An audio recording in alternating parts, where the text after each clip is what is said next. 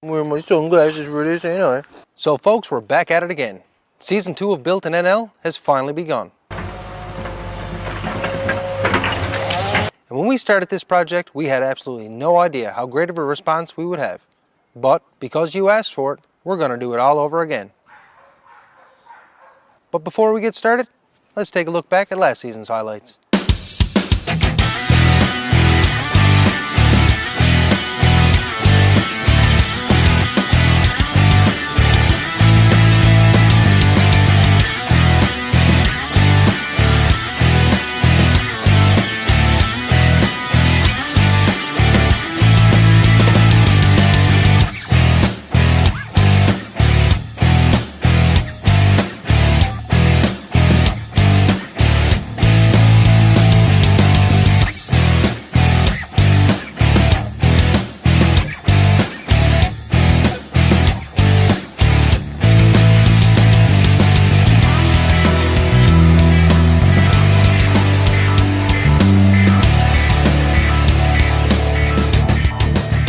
This year the home's going to be about 1,650 square feet.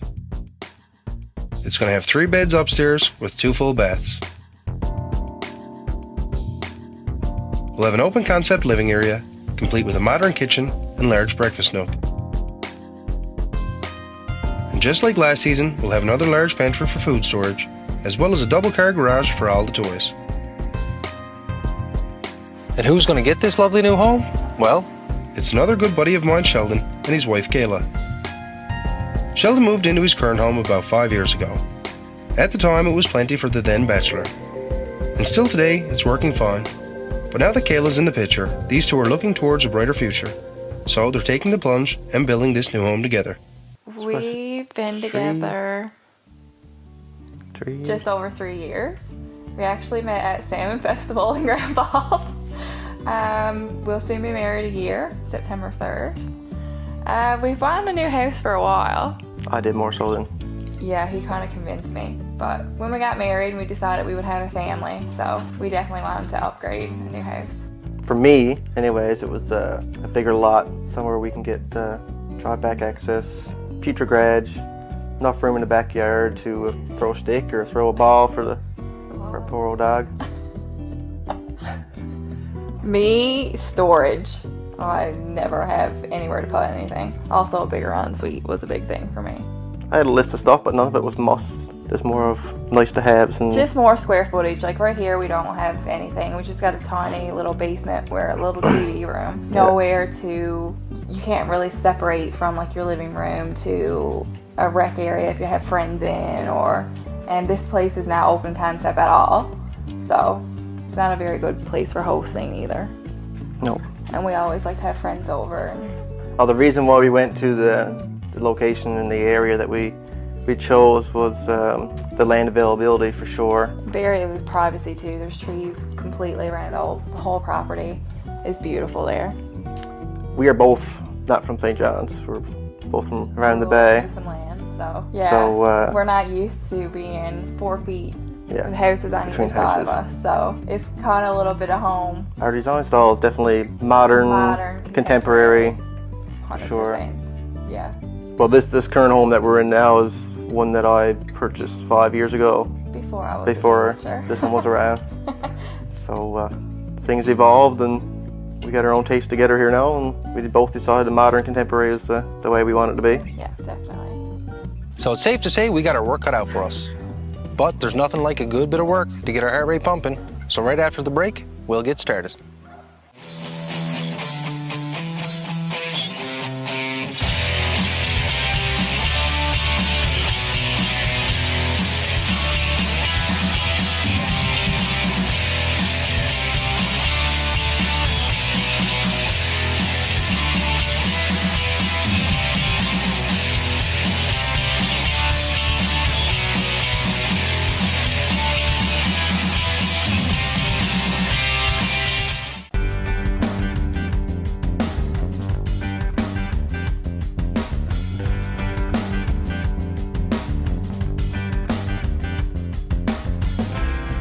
By now you should all know my good buddy Jeff. Last year we completed a bunch of big jobs together for the show, so we decided to partner up on this brand new build.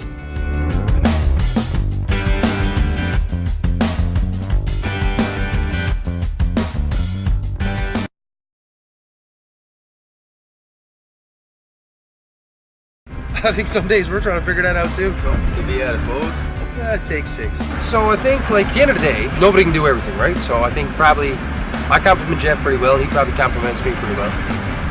Jeff's probably a little bit of a better carpenter than me, but I'm probably a better salesman. Because 2 heads are better than 1, man. Something like that. 2 heads are better than 1.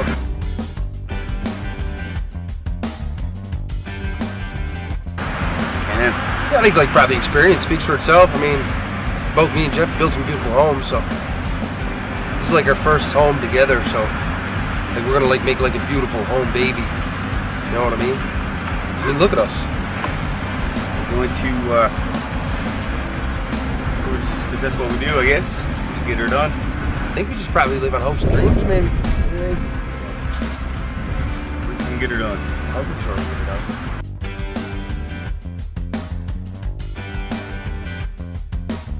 When you're working with somebody like in the past and you notice that they're, you know, like go-getters, it's hard to kind of strike that from your memory, right? So I guess at the end of the day, you see a lot of good things in Jeff. Hope you see a lot of good things in me, buddy. Thank you very much.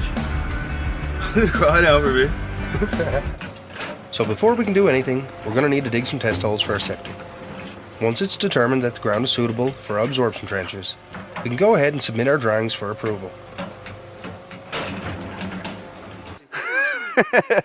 The first thing we got to do is dig a test pit to determine the ground conditions, and then we're going to take some perk rates to determine how fast the ground will take water.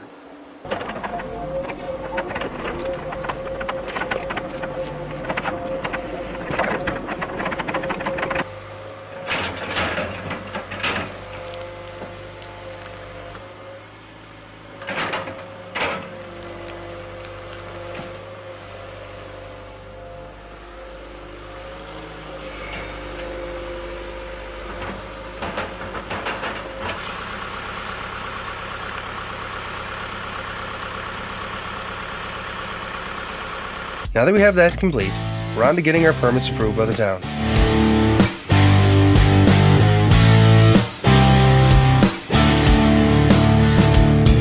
That's a process that can take a few weeks, so we're going to keep moving forward and clear the rest of the land. When clearing land, we tend to do what's called a slash and burn, and that's pretty self-explanatory, I guess. But there's another permit we need in most municipalities. A permit to burn is relatively easy to obtain. A quick trip to the town hall ensures we cover all of our bases.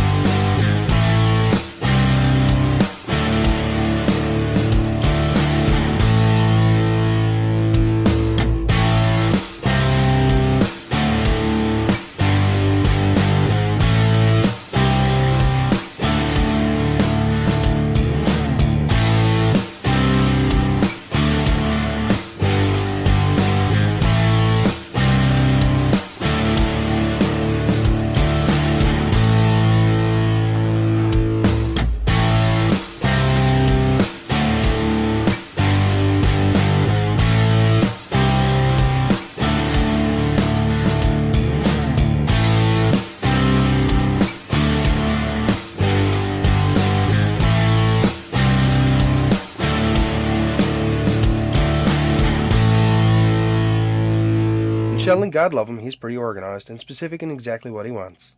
Lots of little pictures and spreadsheets, and in typical form, he got us lined up to take the trees down specifically. More built in NL right after these messages. Now we got our permit back, so we're in the clear to get digging.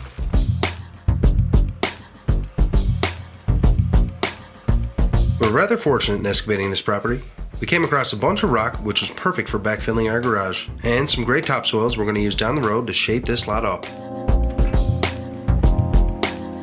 Here you can see Patty checking grade with the laser level.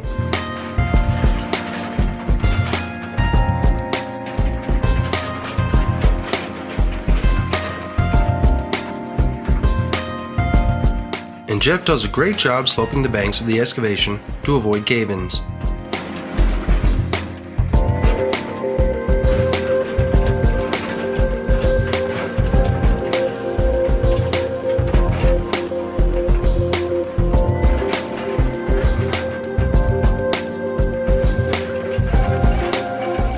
We got the surveyor in to peg the property.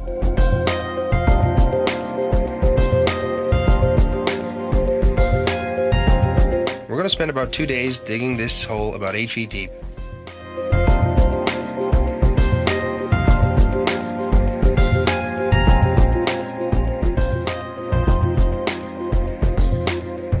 Once that's complete, we'll get going on our footings.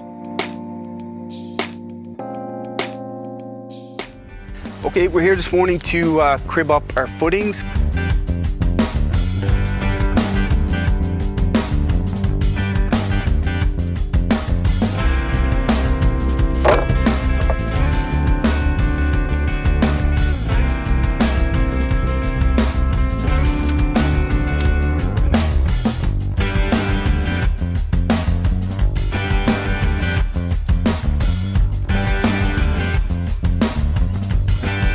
We're going to start by doing the exterior portion of the footing. They're going to be 16-inch wide by 8-inch deep. Then we got one strip footing for load-bearing wall, expected to be 24-inch by 8-inch deep, as per the plan.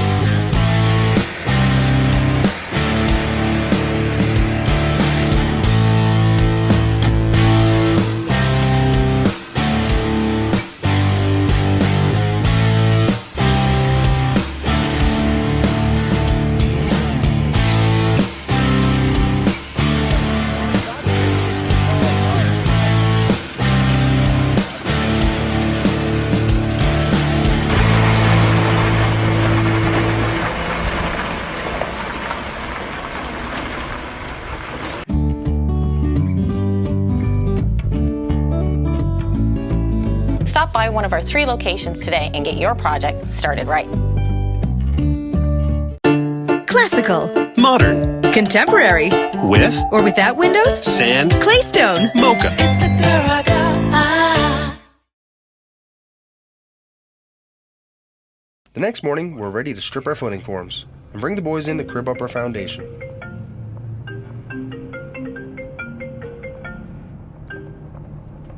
Good morning, sir. Morning, Mike. How are you? Pretty good, buddy. How you doing, Chris? I'm doing good. Chris Dix from the Hedge Forming. The boom operator is on the way to your site. You're now with a load of panels to drop them off for your new house that you're building. That's awesome, Chris, buddy. So I guess we'll get that on the move here today, and that'll be awesome. Yeah, I'll give you a call back now, and I'll leave this site up here, and we'll go from there. Wicked, buddy. Appreciate the call. Thanks. I'll sweat. Have a good day, bye. You too, man. Bye-bye.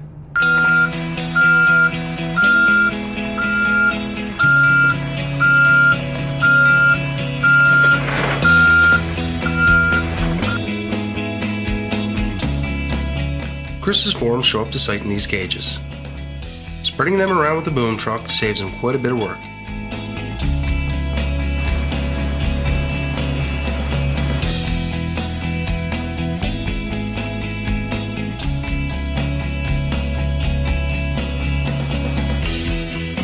So the very first thing Chris does when he shows up with his crew is square up the footings. They do that to ensure that the foundation wall sits directly in the middle of the footing. And we got a transport truck coming up behind us.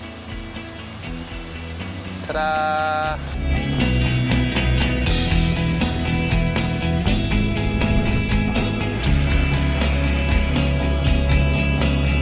Now that Chris has the foundation all squared up, he'll start in the corner, working his way towards the front of the house, installing panel after panel.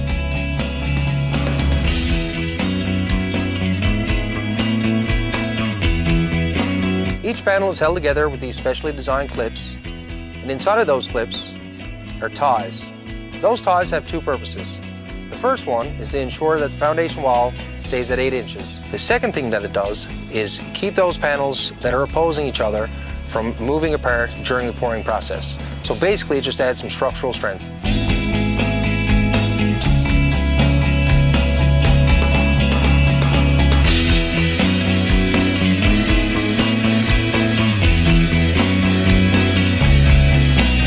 So once the forms are all buttoned up, the boys will walk around and install what's called a mud sill. And basically a mud sill is a 2x4 pressure treated piece of lumber.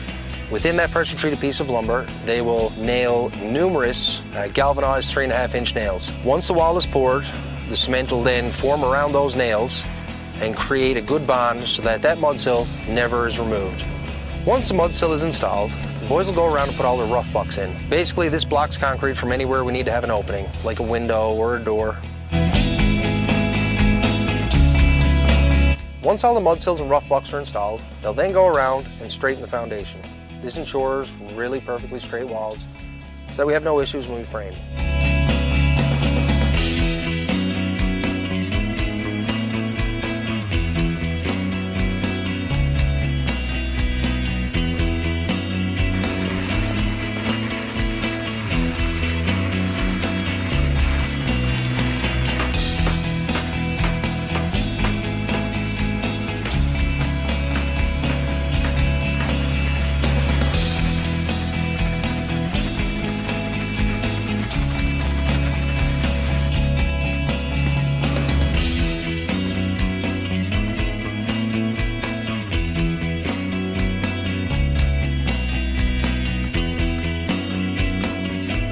When they're finally finished filling the forms with concrete, they'll go around and install anchor bolts. Those anchor bolts are what will attach our framing to the foundation.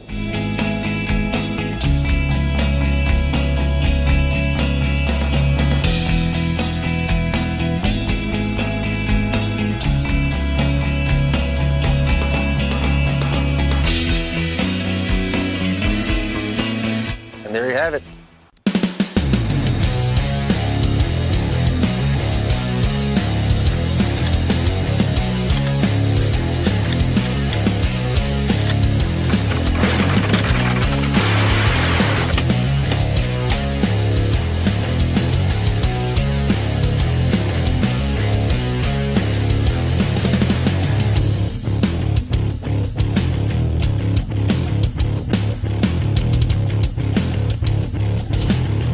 Next week on the show,